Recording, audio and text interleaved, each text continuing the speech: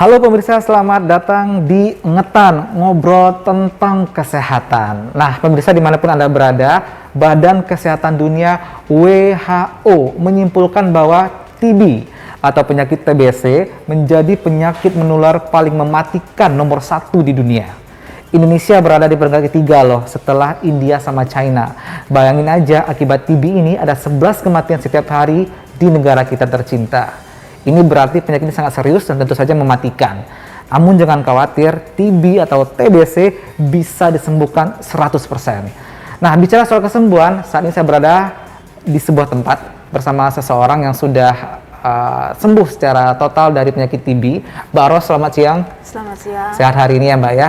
Nah, sehat. bisa nggak kita bercerita kepada pemirsa bahwa Anda kapan dinyatakan sembuh total dan kapan dinyatakan terkena penyakit TB? Saya waktu kena tahun 2017 dan dinyatakan tahun 2018 dan jangka waktunya itu kurang lebih 6 bulan. Dinyatakan sudah sehat dan penyembuhannya sudah total selesai. Oke, sudah cukup lama ya, berarti sebelum pandemi ya Mbak ya. Iya. Nah, memang ada gejala apa sih yang nggak beres dari badan Anda sehingga Anda memeriksakan diri ke rumah sakit atau fasilitas kesehatan yang lain saat itu? Untuk saat itu yang saya rasakan di dalam diri saya itu, saya merasakan badan saya itu panas di tiap malam hari, baru berkeringat di malam hari juga, batuk-batuk yang tiada hentinya gitu. Itu adalah gejala umum kah atau pas Anda cukup berbeda apa sama dengan pasien TB yang lain ketika di awal-awal? Kalau menurut aku sih ya itu gejala umum. Oke. Gitu.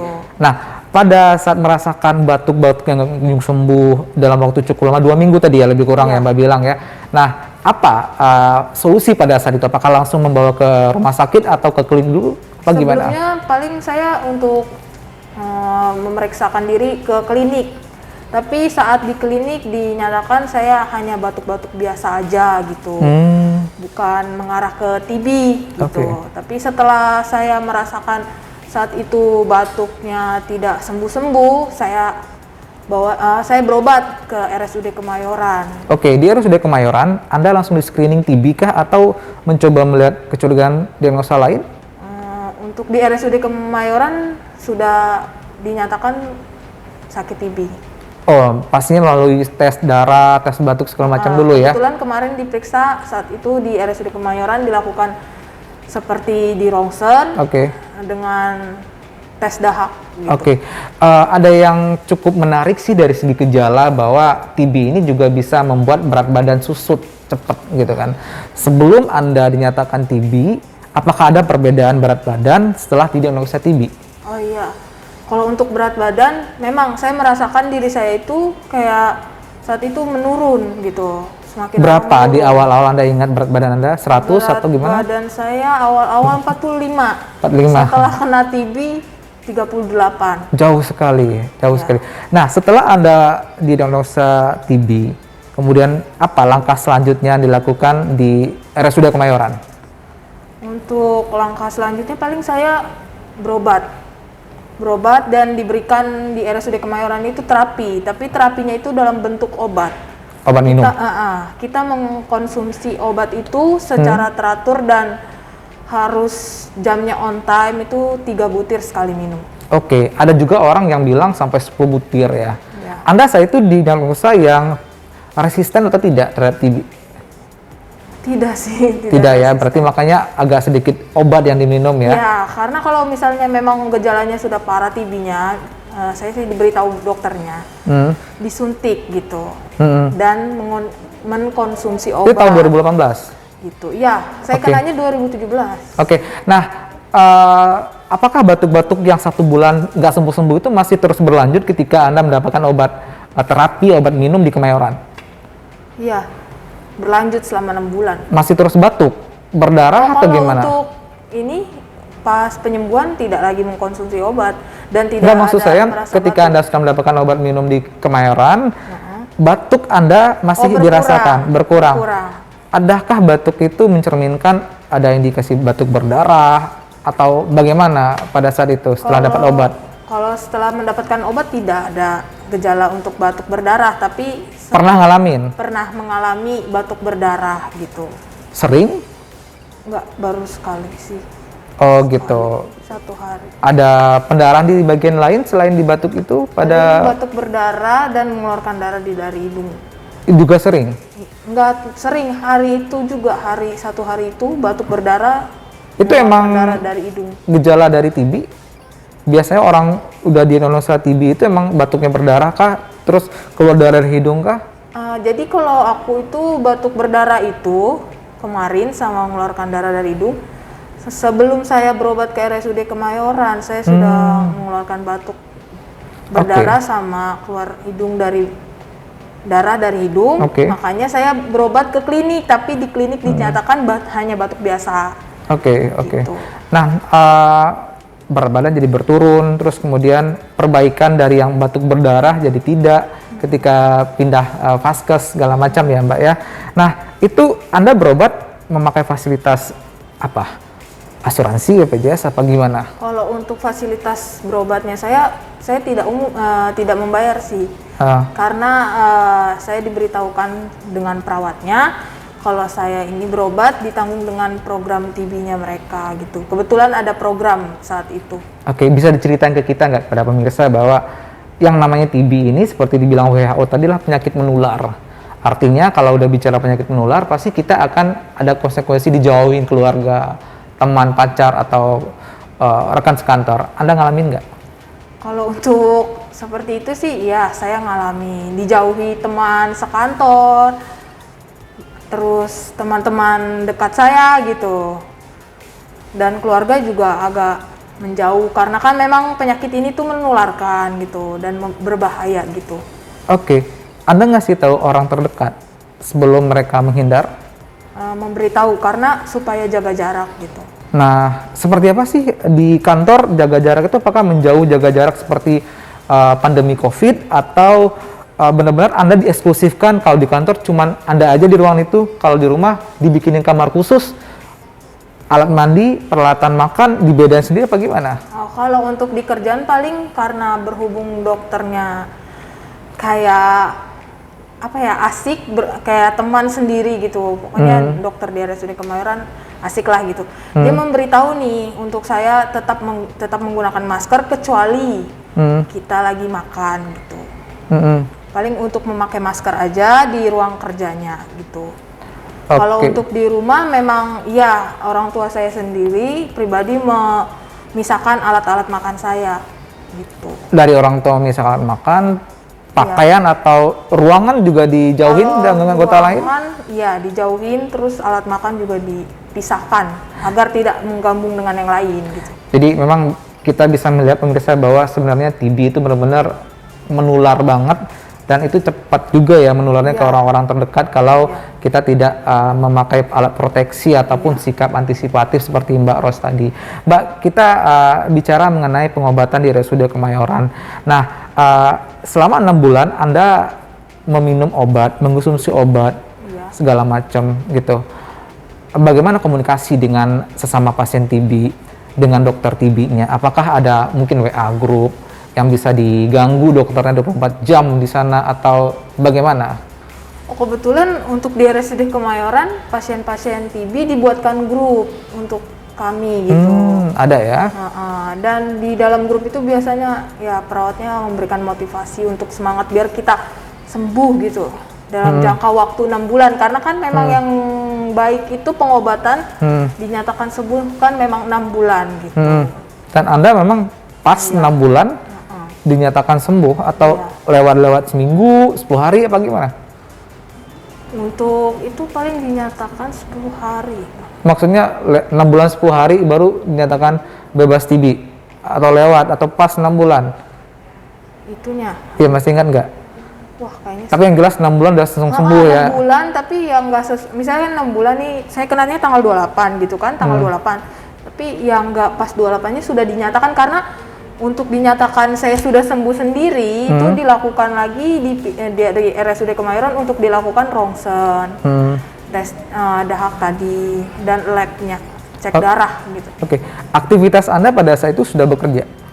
Ya, bekerja. Nah, cerita ke kita dong, apakah ada halangan atau kayaknya drama banget deh kita berobat jalan juga. Berobat jalan kan ya waktu itu? Iya, untungnya Kerja juga. Nah, gimana Anda mengatur agar stamina tetap bagus, obat tetap diminum, target 6 bulan sembuhnya itu bisa tercapai? Apa yang Anda lakukan ketika itu? kalau untuk yang saya lakukan ya paling itu ya, mengkonsumsi obat yang tadi yang dibilang itu, terapi obat yang diberikan gitu. Untuk konsisten dalam minumnya gitu kan. Untuk makanan yang bergizi seperti buah, susu gitu-gitu. Ada jam kerja yang dikurangi nggak dari selama ini mungkin 8 atau 9 jam buat Mbak yang lagi TB, yaudah deh 5 jam aja deh gitu, apa gimana? Ada nggak pada saat itu? Enggak ada dibatasi. Sama aja ya? Sama aja. Senin sampai Jam Sabtu kerja pesen ya, cuma? Iya. Oke. Enggak ada dikurangi. Kalau di rumah bisa self healing, bisa lebih me time lebih banyak karena alasan itu apa gimana? Apakah masih nyuci piring, masak segala atau Tetap nyuci mengerjakan kerjaan rumah.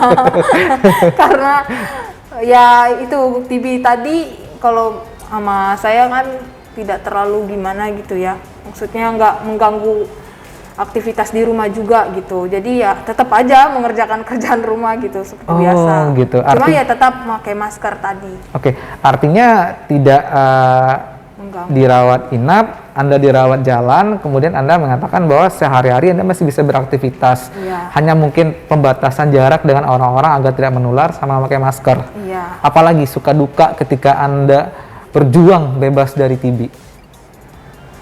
Dukanya sih paling ya kayak gini.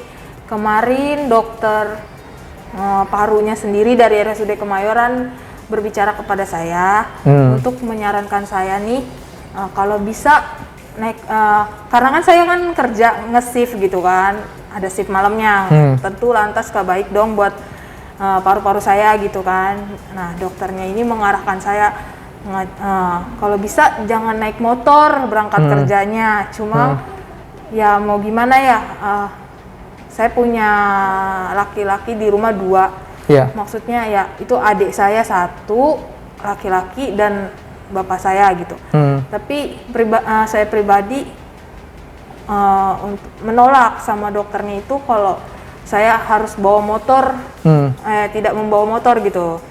Karena ya itu bapak saya sudah tua, rumah saya kebetulan di Jakarta Timur saat itu.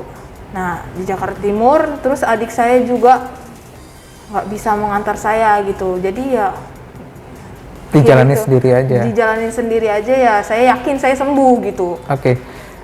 Mbak mungkin bisa diceritakan ke kita, bagi yang belum pernah kena TB pasti ingin tahu ya, kayak orang-orang belum pernah COVID pasti ingin tahu kayak gimana sih fisik yang dirasakan ketika Anda berjuang di diagnosis TB. Apakah sehari-hari Anda suka lemas, batuk itu kayak menyiksa banget, atau demam ada sesekali? Bisa ceritakan seperti apa sih suasana kebatinan yang Anda rasakan sebagai pasien TB dulu? Kalau itu paling ya itu ya sedih. Jadi kayak misalnya kita mau meet up sama teman, harus jaga jarak, harus memikirkan. Di fisik sendiri rasanya lebih sering lemas, Iya, lemas pusing, juga. atau justru dominan batuk setiap hari? Apa gimana? Lebih ke lemes sama panas sih. Panas dalam apa panas badan? Panas badannya gitu, terus berkeringat.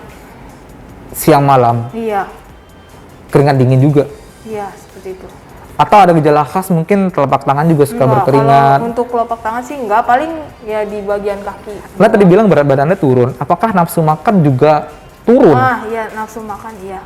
Oke, tapi kalau Rasakan ditraktir tetap juga. masih? Enggak, tetap juga nggak nafsu makan. Oke. Selain nafsu makan, kemudian keringat gampang sekali keluar pada saat itu, apakah istirahat Anda seperti jam normal sebelumnya? Maksudnya gini, tidurnya nyenyak, atau sering kebangun karena batuk tiba-tiba, apa gimana? Kalau untuk jam tidur sih itu bangun terus, nggak full. Misalkan yang lebih baik itu kan tidur 8 jam. Cuma saya kebangun kita jam 12, jam 2 lagi baru bisa tidur saat itu. Oke, pemirsa, kita tidak memvonis ya, cuman ingin bertanya, apakah Anda kalau mengingat-ingat tertular di mana? Aduh, kalau untuk tertular di mananya, saya nggak tahu ya gitu. Pekerjaan sehari-hari di bidang publik atau bagaimana? Sering bersinggung dengan banyak orang, tak dari Kebetulan mana? saya kerjanya di bidang kesehatan juga. Oke. Gitu. Jadi Anda curiga? Mungkin saya curiganya sih awalnya ya dari kontak dengan pasien di situ gitu. Karena kebetulan saat itu memang banyak juga yang berkunjung untuk berobat ke poli paru dengan diagnosa TB. Oke. Nah, Anda berceritakan akhirnya sembuh Iya. dengan terapi dan juga pendekatan personal dari sesama penyintas dan juga dokternya sendiri. Anda punya pandangan sendiri nggak bagaimana pelayanan untuk pasien TB di RSUD Kemayoran? Untuk pelayanan Ramah bintang atau gimana? bagus sih, sangat. Bintangnya bintang 5 langsung ya? Iya, bagus, sangat bagus pelayanan untuk Spesifiknya tuh di mana sih bagus itu kayak apa sih buat Anda? Kalau ini apa untuk dokternya sendiri memotivasi kita nih untuk sembuh gitu. Benar-benar meningkatkan imun gitu. Kayak apa Dia motivasinya? memberikan Suka ngingetin motivasi. duluan, japri duluan apa gimana ke Anda dokter-dokternya? Secara langsung gitu biasanya. Pas ketika kontrol? Iya, ketika kontrol karena kan kita dikasih tuh untuk apa kertas lembar kuning itu yang berisi tentang saat kita kontrol, tanggal kita kontrol gitu kan, jam ininya apa untuk berat badannya naik atau enggak, ntar dilihat dari situ. Nah saat itu baru dokternya. Dokternya itu komunikatif, perawatnya juga komunikatif Iya. gitu ya. Jadi bisa membangun positivity gitu ya di lingkungan di sana Untuk gitu ya. saat kontrol aja diingatkan untuk datang kembali saat ini ya gini-gini. Pernah nggak sih Anda ngalamin ketika di luar jam operasional malam hari Anda ngerasa agak berat nih gejalanya, batuk nggak berhenti, terus malam segala macam obat, pasti Anda panik.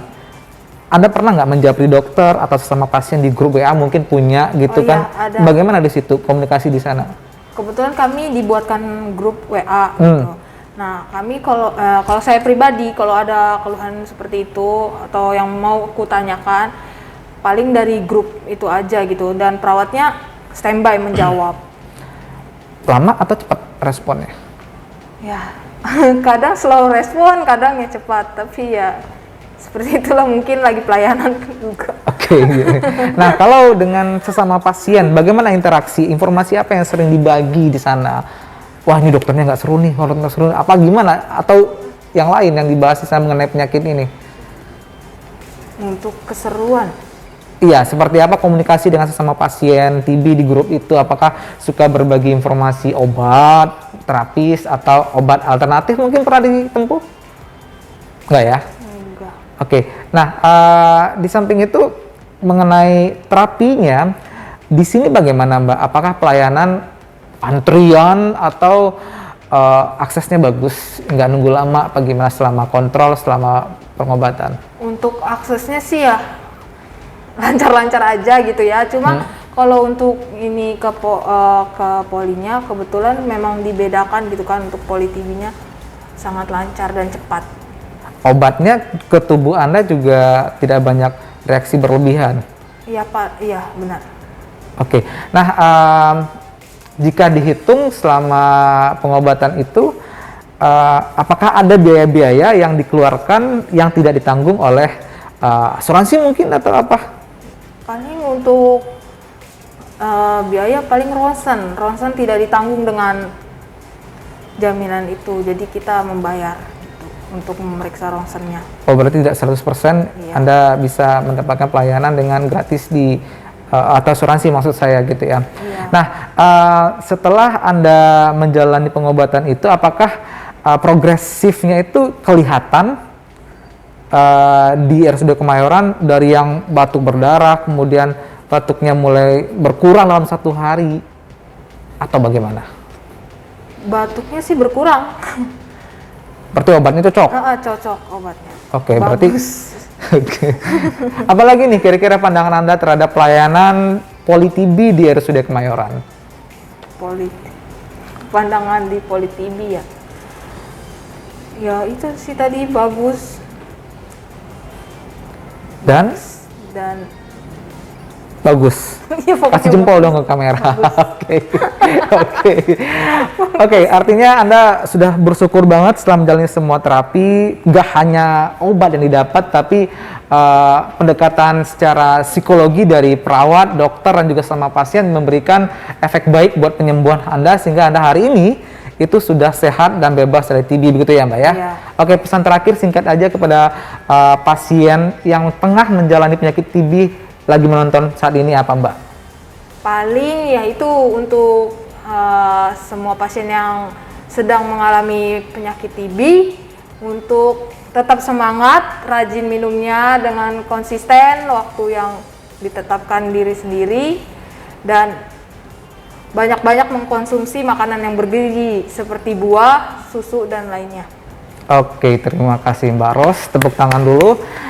Ya, pemirsa, demikian obrolan saya bersama Mbak Ros, salah seorang mantan pasien TB yang sekarang sudah sembuh. Artinya buat Anda yang sekarang ini tengah menjalani pengobatan TB atau TBC, itu tetap optimis. Insya Allah penyakit ini bisa sembuh 100%. Oke ya, tetap semangat, jangan putus asa. Pokoknya harus usahakan pengobatan semaksimal mungkin. Jangan males untuk memeriksakan diri jika mengalami gejala awal tadi ya Mbak, batu-batu nggak sembuh. Jangan males, jangan nunggu takdir. Oke, yang gitu ya Mbak ya? Iya. Oke, terima kasih pemirsa. Demikian obrolan hari ini di Ngetan, ngobrol tentang kesehatan. Saya Rizky Satria Vargas. Terima kasih atas perhatian Anda. Selamat menempuh kehidupan yang lebih sehat dari sebelumnya. Selamat siang. Wassalamualaikum warahmatullahi wabarakatuh.